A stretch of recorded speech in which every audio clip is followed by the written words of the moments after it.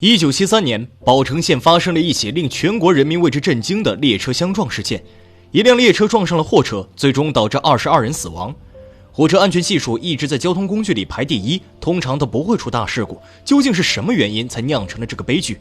点个一圈三连，接下来为您揭秘。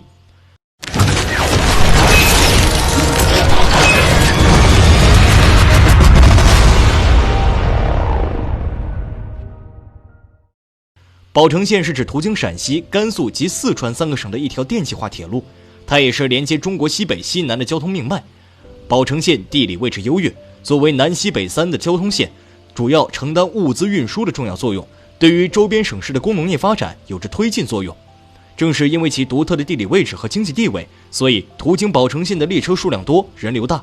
但谁也没想到，多年以来都相安无事的宝成线，居然在1973年发生了一起重大交通事故。1973年1月9号晚12点，83次特快列车通过宝成线由上海开往成都。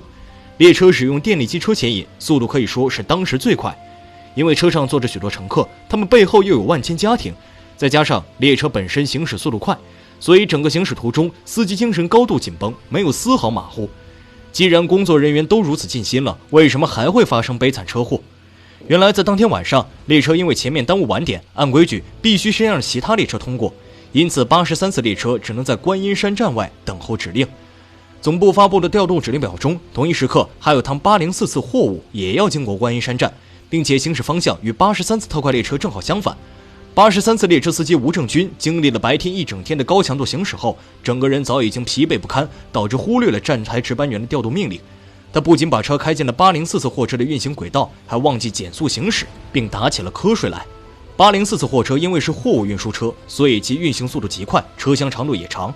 尽管该车驾驶员按规定减速行驶了，可火车身躯过于庞大，短短几十秒内根本来不及躲避其他列车。随后悲剧诞生了，83次列车在观音山站撞上了804次列车，两车脱轨倾覆，车上的22名乘客不幸丧命。